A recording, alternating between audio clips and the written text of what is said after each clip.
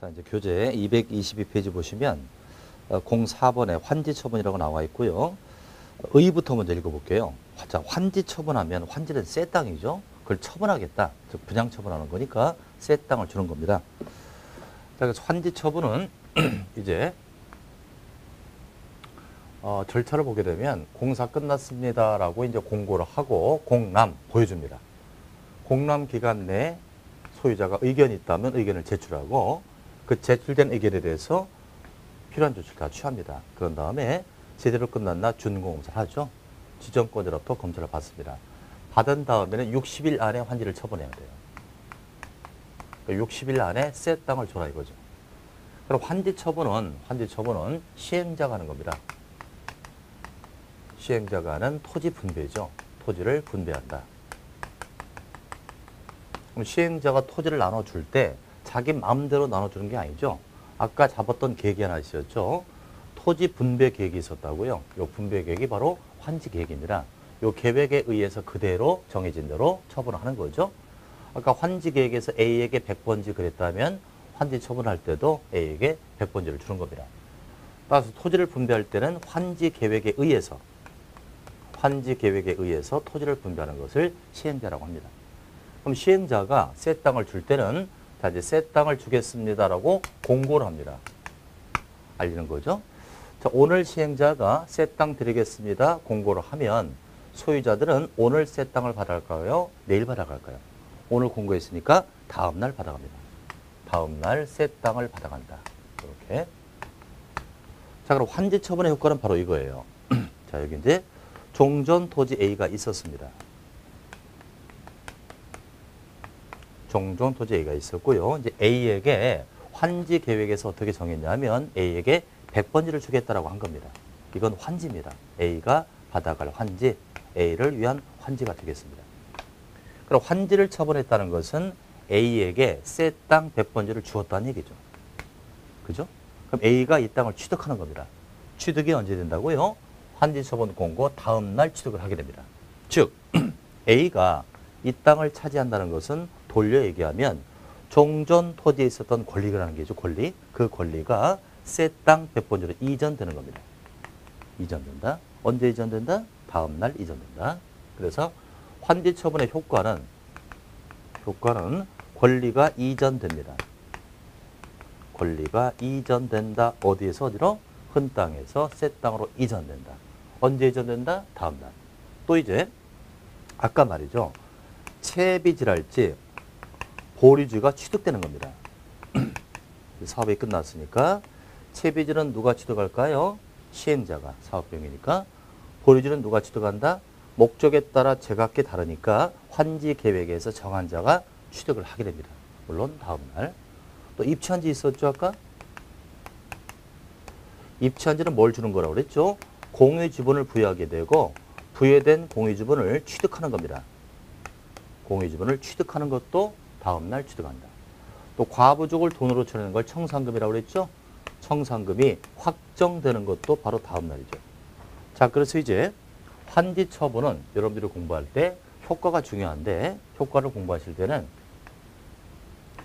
권리가 이전되고 취득되고 그리고 확정되는 것은 바로 다음 날 이렇게 획을 딱 그어놓고요. 요 다음 날 새로운 것들이 얻어지고 있다 이렇게 알아두세요. 이전, 취득, 확정 새로운 것들이 얻어지는 건 공고일이 아니라 다음 날. 그렇다면 공고 다음 날 새로운 것들이 얻어진다면 바로 그 전날이 바로 이거죠. 공고일입니다. 이때 불필요한 게 소멸됩니다.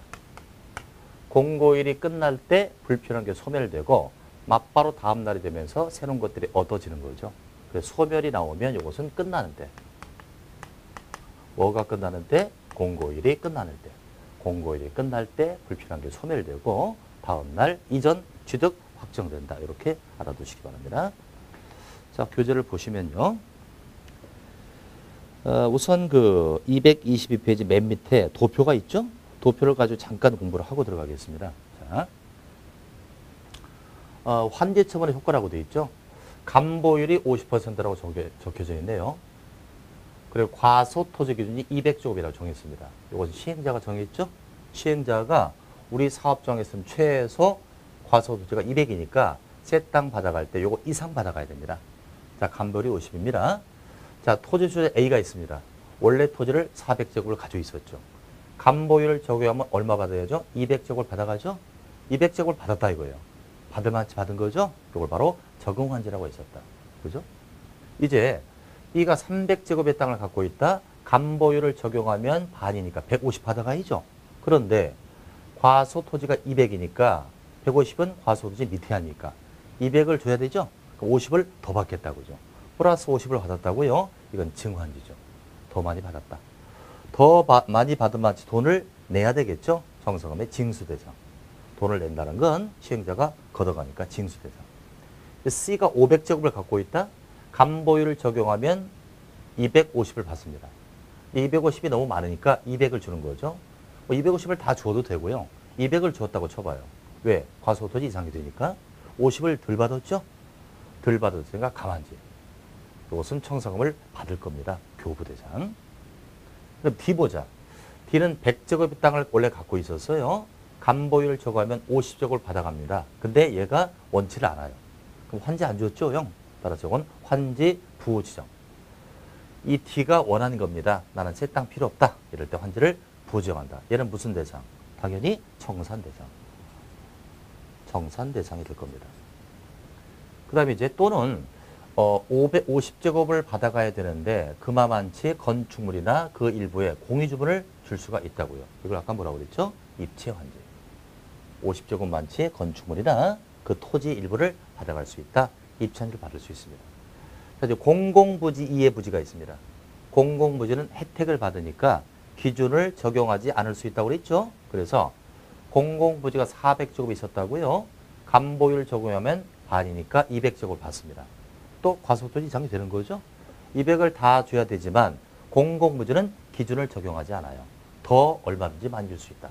면적 기준을 적용하지 않으니까 간보유를 적용 안 할 수 있다. 1000을 받을 수도 있다는 얘기입니다. 혜택의 대상이라고 말씀드렸죠. 그렇게 정리를 하셨고요. 다시 이제 교과서로 와줍니다. 223페이지입니다. 맨 위에 괄호 3번 환지 처분의 절차가 나오죠. 이제 공사 끝났습니다. 끝났으니까 공사 완료를 공고하고 공람 보여준다는 얘기죠. 누가 한다? 시행자가. 두 번째, 의견서 제출이 나옵니다. 즉 토지개발구역의 토지 소유자나 이해관계인은 공람기간을 주는 이유는 그 기간에 의견을 제출하라는 얘기죠. 공람기간에 시행자에게 의견서를 제출할 수 있고 그 제출받은 시행자는 필요한 조치를 취하도록 되어 있습니다. 그리고 3번 준공검사죠. 시행자는 공람기간에 의견서 제출이 없거나 제출된 의견서에 따라서 필요한 조치를 다 끝냈다면 그때는 지정권자에 의해서 준공검사를 받게 되는 겁니다. 네 번째, 시행자는 지정권자에 의한 준공검사를 받았을 때 60일에 환지 처분을 하게 됩니다. 준공검사를 받았으니까 빠른 기간 내 새 땅을 주는 거죠. 그게 바로 60일. 60일 동그라미 땅 쳐주고. 괄호 4번. 환지 처분의 공고의 효과인데요. 여기부터는 공식화하세요.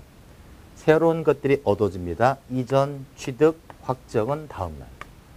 불필요한 소멸은 공고일이 끝날 때 이렇게 공식화를 딱 하시고 거기에 맞춰서 교재를 보도록 하겠습니다. 자, 1번. 권리가 이전되고 소멸된다는 거죠. 그래서 이전은 언제 된다? 다음 날. 소멸은 언제 된다? 끝나는 때. 그래서 환지 계획에서 정해진 환지는 환지 처분이 공고된 그 다음 날 종전 토지로 보니 종전의 권리가 다음 날 환지로 넘어왔다는 얘기죠. 또 환지 계획에서 환지를 정하지 아니한 종전 토지에 있던 그 권리는 불필요하죠.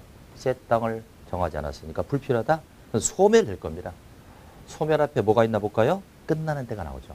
환지 처분 공고일이 끝날 때 소멸한다. 공식화하세요. 이전은 다음 날, 소멸은 끝나는 때. 자, 한 장을 잠깐 넘겨주시고요. 이제 3번으로 가겠습니다. 그 사이에 안 한 것은 심화과정 때 또 하도록 하고요. 224페이지입니다. 3번에 소유권 및 저당권 이전이라고 되어 있는데 거기다 땡땡 하시고요. 입체환지라고 적어주시기 바랍니다. 입체환지. 자, 입체환지는 뭘 얻어가는 거죠? 공유지분을 취득하는 거죠. 그것도 취득이니까 다음 날이 나올 겁니다. 환지 계획에 따라서 환지 처분을 받은 자는 환지 처분이 공고된 그 다음 날 환지 계획으로 정하는 바에 따라 건축물 일부와 해당 건물 토지의 공유주분을 취득한다고 돼 있죠. 거두절미하고 입주한 자는 공유주분을 얻어간다. 취득 시기가 언제라고요? 다음 날. 네 번째, 채비지 보류주입니다. 자, 도표 보시면 채비지는 누가 취득한다? 시행자. 언제 취득한다? 다음 날. 나와 있죠?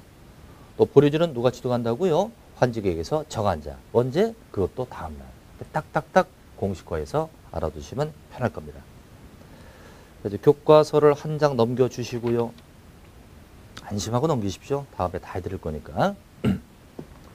자, 이렇게 해서 이제 환지 처분을 다 한 거예요. 세 땅을 나눠줬습니다.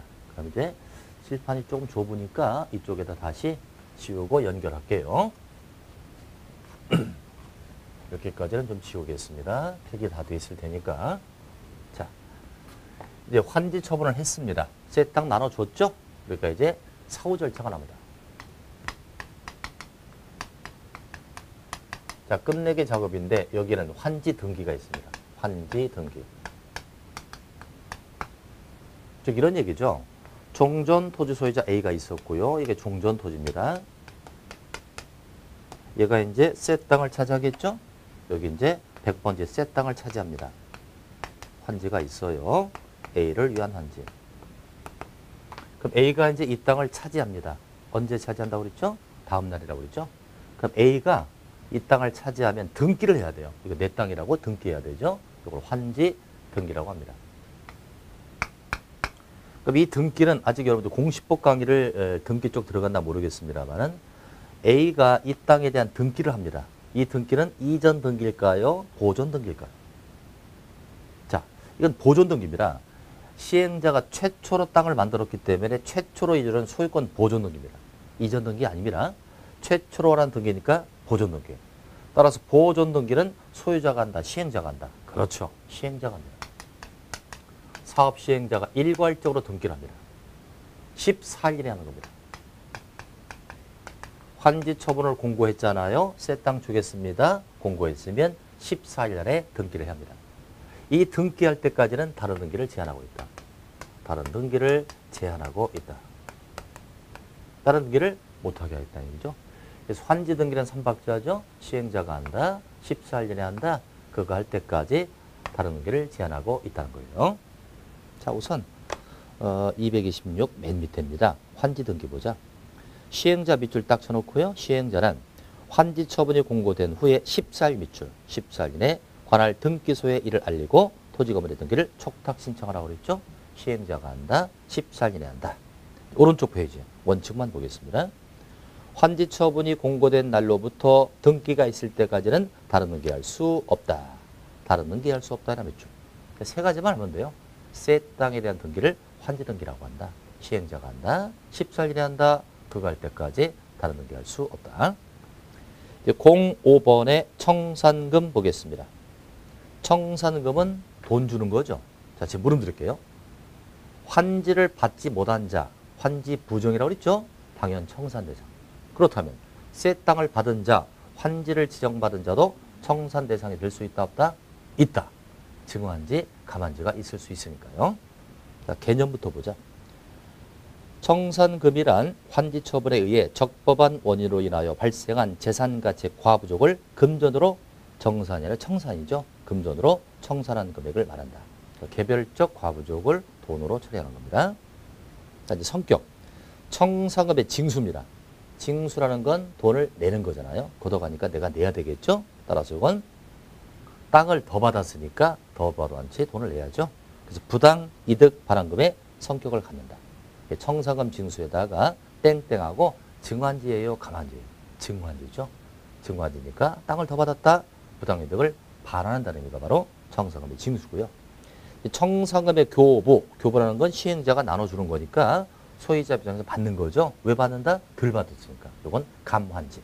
그래서 그것은 손실 보상의 성격을 갖습니다. 감환지 덜 받았으니까 그 손실을 보상하기 위해서 청산금의 교부 대상이다. 이렇게. 자, 이제 세 번째. 청산금을 산정하는 기준을 보자. 환지를 정한 경우도 청산 대상이고요. 대상에서 제외한 경우도 청산 대상이었죠. 그 과부족분은 종전 토지나 환지의 위치, 지목, 면적 등을 종합적 고려해서 금전으로 청산하게 됩니다. 이걸 청산금이라고 한다. 자, 그렇다면 괄호 4번에 청산금의 결정시한이라고 되어 있네요. 결정이라 동그라미 딱 치고요. 다음 장을 잠깐 넘겨보세요. 괄호 5번에 청산금의 확정이라고 나오죠. 확정이라 동그라미를 딱 쳐. 자, 결정과 확정이 약간 좀 차이가 있어요. 청산금이 나오는데 결정이라는 거 하고요. 확정이라는 게 있다. 비슷한 용어 같지만 해석은 좀 달리해야 합니다. 청산금의 결정은 금액 결정이에요.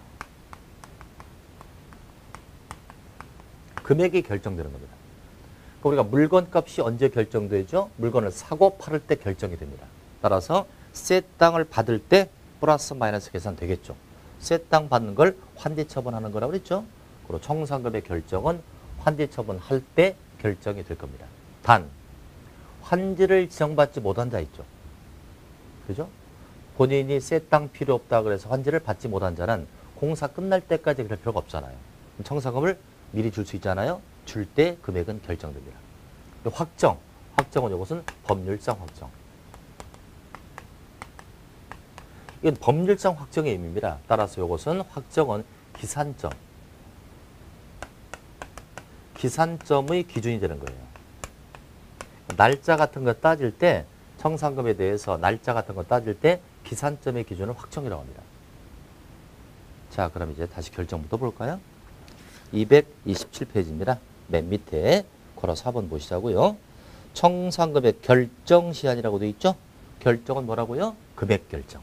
따라서 청산금은 환지 처분할 때 결정이 됩니다. 새 땅 주고받을 때 결정된다. 다만 본인의 신청이나 동의에 의한 환지 부정이랄지 과소토지 따라 환지를 받지 못했단 말이에요. 그자는 공사 끝낼 때까지 기다릴 필요가 없죠. 미리 받을 수 있잖아, 돈을요. 그 받을 때 결정이 됩니다. 자, 이때는 다음 페이지. 청산금을 교부할 때 청산금을 결정할 수 있다. 즉 청산금을 받을 때 교부를 결정할 수 있는데 그 교부에다 동그라미 쳐보세요. 이때 교부는 언제 한다? 환지처분 전에 하는 거죠.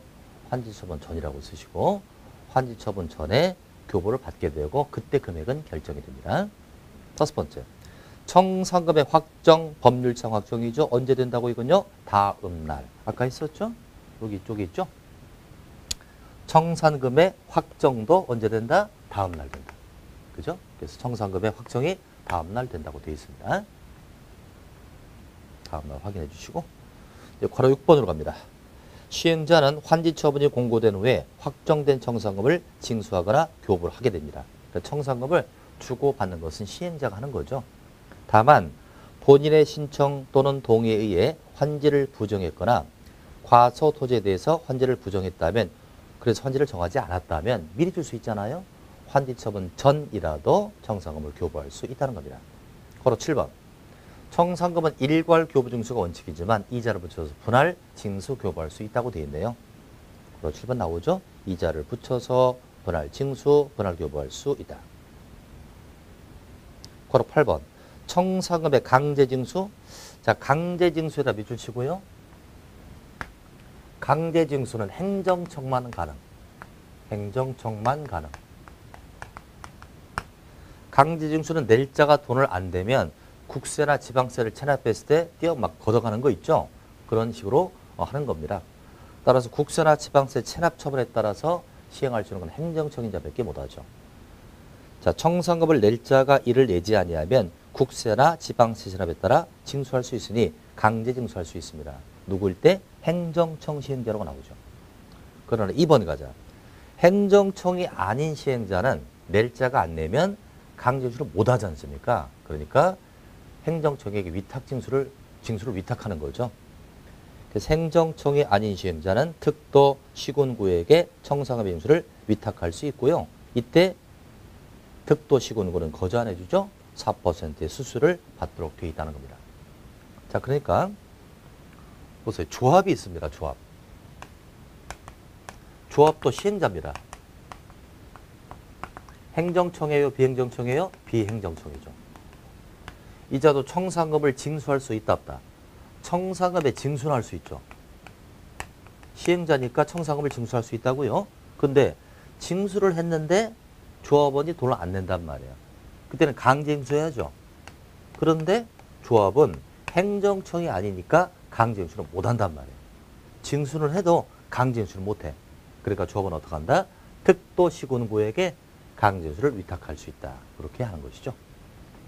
자, 그 정도 보시고. 괄호 9번. 청산금을 공탁할 수 있죠? 청산금을 받을 자가 주소 불명 등으로 청산금 받을 수 없거나 받기를 거부하면 이를 공탁할 수 있고요. 자, 10번 맞아 봅니다. 소멸시효인데 공식 하나 적자. 공법상 소멸시효는 대부분 5년이다. 공식입니다. 공법상 소멸시효는 대부분 몇 년이다? 대부분 5년입니다. 5년이다.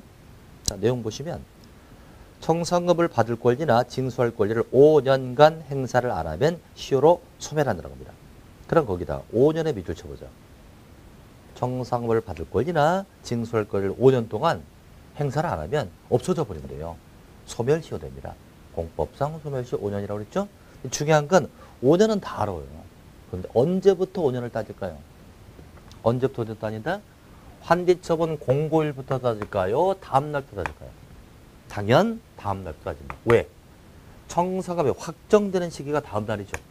확정이라는 건 법률상 확정이므로 기산점의 기준이잖아요. 그 청산금에 대해서 기산점을 따질 때는 확정일부터 따진다. 근데 그 확정이 다음 날이니까 환지처분 공고 다음 날로부터 5년간 행사를 안 하면 시효로 소멸한다. 이렇게 알아두셔야 돼요. 그래서 5년 밑에다가 환지처분 공고 다음 날부터라고 적어놓으세요. 환지처분 공고 다음 날부터 따지게 되는 것입니다. 자, 그렇게 됐고요. 청산금은 그 정도 알아두시고요. 229페이지 계속 봅니다. 06번에 감가보상금이라고 나오죠. 청산금과 또 다른 거예요. 도시개발법이 만만치 않아요. 내용도 많고 난이도가 좀 있습니다. 거의 끝나갑니다. 도시개발법이. 자, 감가보상금이 나오는군요.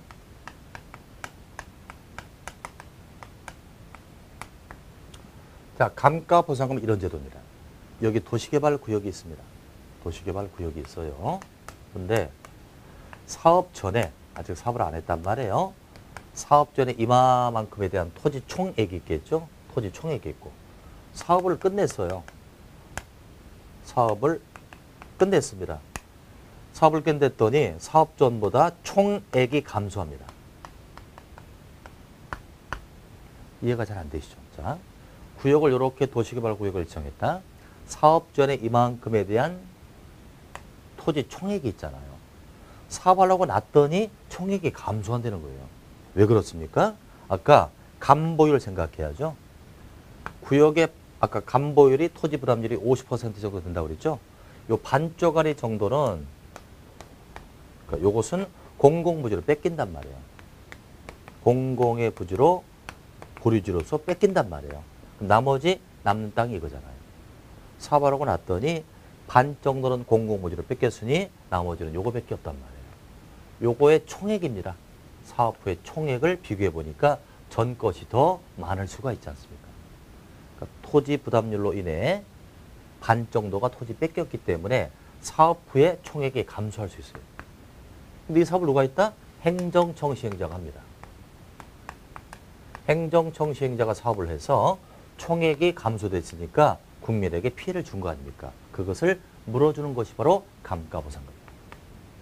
그리고 아까 청산금은 어떤 의미가 있습니까? 청산금은 개별적인 과부족을 돈으로 주는 거예요. 이것은 총액이 감소했을 때 물어주는 겁니다. 근데 중요한 건 행정청 시행자일 때만 책임집니다.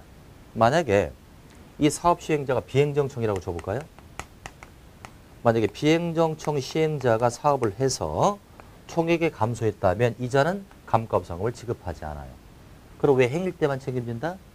왜 총액이 감소한 겁니까? 공공부지로 뺏겼기 때문에 총액이 떨어진 거죠.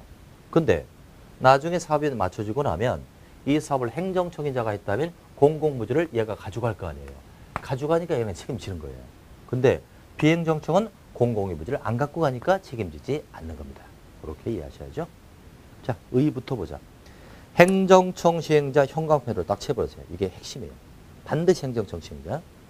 행정청 시행자는 사업 시행 후에 토지가액 총액이 사업 시행 전보다 줄어들었다 그랬죠? 총액 감소입니다. 그 차액에 상당한 금액을 소유자나 임차권자에게 지급하는 것이 바로 감가보상금. 그래서 청산금은 개별적 과부족을 금전 처리하는 거고, 감가보상금은 총액이 감소했을 때, 행일 때, 행정청일 때 책임을 지는 것이다. 그렇게 이해하시기 바랍니다. 자, 그 정도 보시면 대략적으로 끝난 것 같고요. 책을 쭉 넘기시죠, 이제.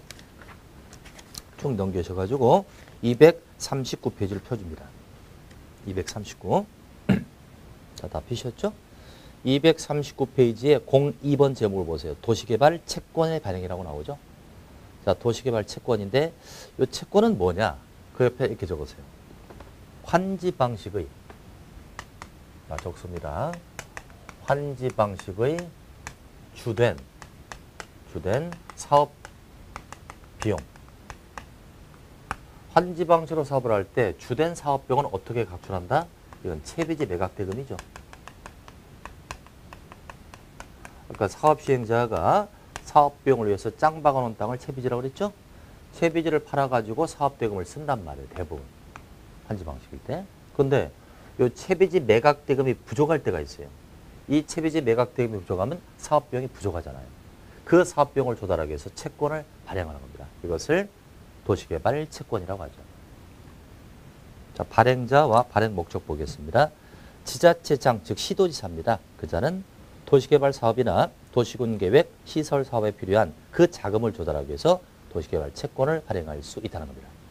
채권의 발행자는 지자체 시도지사, 발행의 목적은 도시개발 사업의 사업비용을 조달하겠다는 거죠. 그리고 3번 내려갑니다. 시도지사는 도시개발 채권을 발행하려는 경우 다음 사항에 대하여 행자부 장관의 승인을 받는다. 거다밑줄. 행정자치부 장관의 승인을 받게 됩니다. 대개 공법은 국토교통부 장관이 압도적으로 많이 나오죠. 행자부 장관은 거의 나오질 않아요. 여기 거의 한 번 나옵니다. 자, 왜 행자부 장관의 승인을 받을까요? 발행자가 누구다? 시도지사죠. 지자체가 발행을 하게 되고 지자체의 총괄관청이 행정자치부입니다. 그래서 행자부 장관의 승인을 받게 되는 거죠. 자, 넘겨보시고요. 발행의 방법 보겠습니다.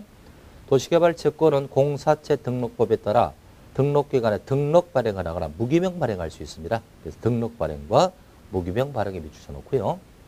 발행의 이율. 자, 채권을 나중에 돈으로 상환할 건데 상환할 때까지 기간적인 이율이 있을 겁니다. 채권의 이율은 채권 발행 당시 국채공채 등의 금리랄지 특별하게 상황을 고려하여 시도 조례가 정하되 그때도 행자부 장관 승인을 받습니다.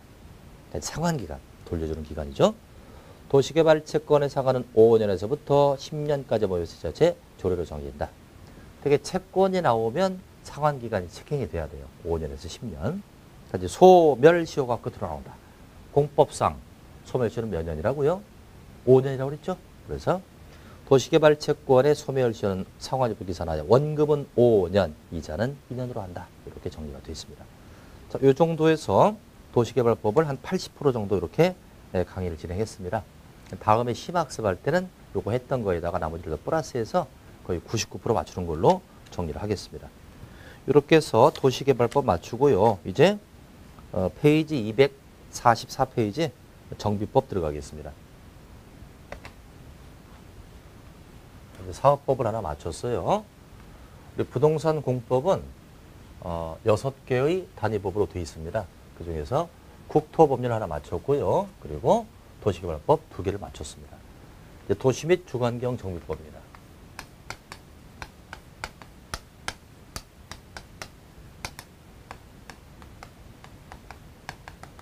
여기서도 6개가 출제가 되죠. 자, 이름을 분석하면 도시와 주거환경을 정비하겠다는 얘기입니다. 법의 이름이 길으니까 이걸 어떻게 부르자? 도시정비법 이렇게 부르자. 도시정비법. 자, 이 사업은 정비사업을 하는 겁니다. 우리 방금 배웠던 도시개발법은 도시개발사업 하는 거죠. 그 차이점을 잠깐 말씀드리죠. 도심권 내가 있고요. 도심권 바깥에가 변두리가 있습니다. 그럼 지금 배웠던 도시개발 사업은 신도시를 개발하는 거니까 주로 변두리라고 했습니다. 변두리에 이렇게 야산도 있고 농지가 쫙 펼쳐져 있습니다. 여기다가 신도시를 개발하기 위해서 토지를 반듯반듯 정리한 겁니다. 이것을 도시개발 사업이라고 하죠. 그리고 도시개발 사업은 주로 변두리에서 할 것이고 주로 변두리니까 건축물이 없거나 있어도 한두 채밖에 없습니다. 따라서 이건 건축사업이 아니라 토목사업이라고 해야 돼요. 토목. 토지를 대상으로 하는 토목사업이다. 그러니까 굳이 신속성을 요하지 않겠죠. 그죠? 변두리니까. 그런데 정비사업이라고 하면 도심권 내에 시행합니다. 정비사업의 대표는 여러분들 재개발, 재건축이라고 보세요. 시내 중심부에 건축물이 있었어요. 아파트가 있는데 이게 노후화됩니다. 도시 슬럼화 현상이 발생하죠. 이것을 싹 다 밀어줘. 싹 다 밀고 여기다가 주변 토지도 정비를 하고 새 아파트를 져서 분양하는 거죠. 그리고 정비사업은 도심권 내에서 시행을 할 것이고 기존의 건물을 부시고 다시 한다. 따라서 이건 이주 문제가 발생합니다. 부시고 철거를 하고 이전화 문제가 발생하죠. 따라서 사업을 반대하는 자도 있고요. 대단히 이해관계가 굉장히 첨예합니다. 또 이 사업은 만약에 딜레이가 돼요. 지체가 되면 도심권 내에서 시행하기 때문에 교통 문제, 환경 문제, 범죄 문제가 발생하죠. 대단히 신속성을 요한다. 또 정비사업은 토지도 대상이지만 건축물도 대상입니다. 자, 그래서 정리를 해보면 정비사업은 대상이 토지도 되고 건축물도 된다. 시행은 주로 도심권 내에서 시행한다. 기존 건물이 있어야 되니까. 따라서 신속성을 요한다. 또 철거 문제가 발생합니다. 철거 문제가 발생하니까 이해관계가 대단히 첨예합니다. 이해관계가 엄청나게 복잡해요. 첨예하다. 그래서 여러분들 되게 재개발 조합이나 재건축 조합 가면 막 깡패들, 조폭이죠. 깍두기라고 하죠. 그 자리에 관여를 막 하고 그렇습니다. 그래서 이해관계가 대단히 첨예하기 때문에 이 지역 주민들의 복잡한 이해관계를 풀어주기 위해서는 매 절차마다 동의를 받아야 돼요. 동의가 굉장히 까다롭다. 동의가 굉장히 많아요. 동의라는 건 분수로 몇 분의 몇 동의가 굉장히 많습니다. 또 정비사업은 국가사업이겠습니까? 주민상대겠습니까? 생각해 보세요. 재개발, 재건축은 우리 동네 사업이지 국가사업은 아니죠. 그래서 주민을 상대로 하는 대민사업이다. 대민사업이니까 대부분 누가 한다? 장관이 할까요? 시장군수가 할까요? 시장군수가 합니다. 대부분 시장군수가 합니다.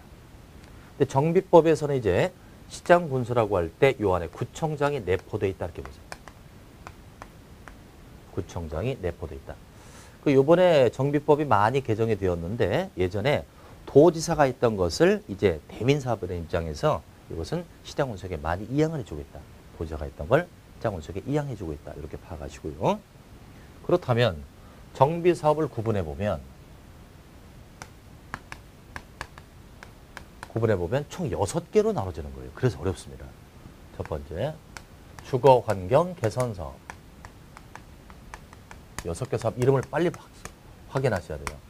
두 번째, 주택재개발사업. 주택재개발사업. 또 많이 들었던 주택재건축사업이 있죠. 주택재건축사업이 있고요. 이제 도시환경정비사업이 있다. 도시환경정비사업. 이제 다섯 번째가 첫 번째와 명칭이 유사하죠. 주거환경관리사업이 있다. 주거환경관리사업이 있다. 끝으로 가로주택 정비사업이 있습니다. 가로주택 정비사업 이렇게 해서 6개 사업으로 나눠지고 있어요. 자, 일단 사업 자체가 그렇게 어렵진 않아요. 흔 땅, 흔 집을 철거하고 새 땅, 새 집을 져서 분양해 준다는 건 그렇게 어렵지 않아요. 근데 우리 수험생 입장에서 아주 헷갈리기 쉬운 것은 사업 종류가 6개란 말입니다. 6개를 정확히 구별해 주고 하는 것이 중요한 관건이에요. 그래서 이번 주는 6개 사업을 정확히 좀 구분하는 우리 입장으로 모토를 잡고요. 강의를 진행하겠습니다. 자, 이 6개 사업 중에서 요 4개는 철거 방식이에요. 철거를 하고 다시 짓는 방식. 근데 요 2가지는 철거 방식이 아닙니다. 철거 방식이 아니라 기존의 걸 그대로 살리는 겁니다. 왜 이 2가지가 탄생됐냐면 철거 방식으로 하다 보니까 시간도 많이 걸리고 사업 비용이 엄청나게 들어요. 그러다 보니까 지역 주민들의 추가 부담이 많아지는 겁니다. 그러다 보니까 사업을 중단하는 사례가 속출하죠. 이걸 막기 위해서 5번, 6번은 철거를 하지 않고요. 기존의 주택은 그대로 살려놓고 주변을 보존해, 주변을 정비하는 그런 방식을 채택하고 있다는 거죠. 그럼 여기서 이제 6개 사업을 정리를 하셔야 되는데 일단 이름부터 같이 크게 읽어보자. 첫 번째, 주거환경 개선 사업, 주택 재개발 사업, 주택 재건축 사업, 도시환경 정비 사업, 주거환경 관리 사업, 가로주택 정비 사업 이렇게 잡아놓으시고 6개 사업 중에서 가장 열악한 동네가 1번입니다. 주거환경 개선 사업. 이건 발동네 사업이에요. 발동네 사업이니까 대단히 아주 가난하고 비참하다. 이렇게 비참하다고 써놓을게요. 기반시설도 열악하고요. 노후불량도 상당히 열악한 아주 비참한 동네가 주거환경 개선. 이제 2가지 좀 비교해보자. 주택 재개발과 주택 재건축은 어떤 차이가 있을까요? 재개발 사업은 이런 거예요. 자, 이렇게 산동네가 있는데 허름한 노후불량 주택이 있습니다. 도로가 없는 거예요. 도로가 없어서 화재가 나더라도 소방차 진입이 안 되는 겁니다. 이때는 어떡하자? 토지 싹 다 밀고 건물 싹 다 미는 거죠. 싹 다 밀고 도로도 깔아주고 아파트를 져서 분양하는 거죠. 이게 재개발. 고로 재개발은 사업 대상이 토지도 되고 건축물도 되는 겁니다. 근데 재건축은 뭐다? 여기 아파트 단지가 있다고요. 자, 아파트 단지가 있는데 주변에 도로나 공원 같은 건 잘 돼 있습니다. 기반시설이라고 그러잖아요. 서울의 강남의 대치동의 음마아파트를 가보자. 주변 도로는 기반시설은 좋은데 이 음마아파트 몇 채가 아주 노후됐다고요. 그때는 어떡하자? 주변의 기반시설은 그대로 놔두고 노후된 아파트를 싹 다 밀고 여기다 새 아파트 줘서 분양해 주는 거. 이게 바로 재건축이죠. 그리고 재건축은 주로 대상이 토지일까요? 건축물일까요? 건축물입니다. 그래서 앞으로 재건축하면 토지와 무관하다 이렇게 알아주세요. 토지와 무관한 건축물을 대상으로 한 사업이다. 따라서 이 3개 중에서 제일 부자 동네는 주택 재건축.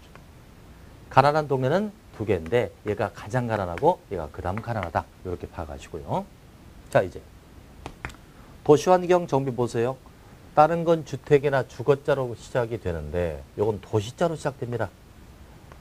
도시자로 시작되니까 굉장히 범위가 크다.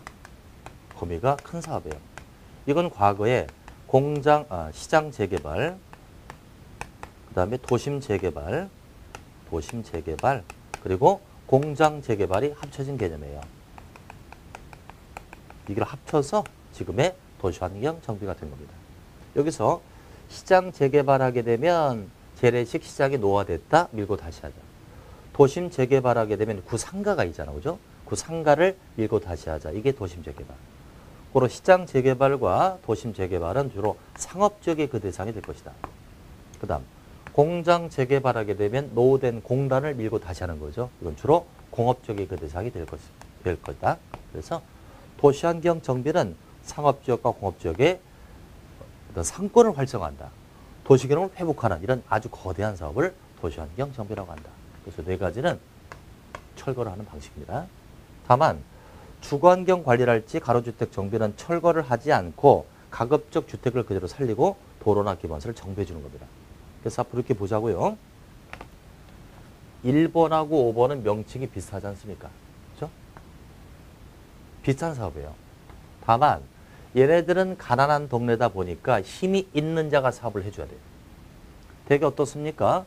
재개발, 재건축이라고 한다면 되게 조합을 많이 들어보셨죠?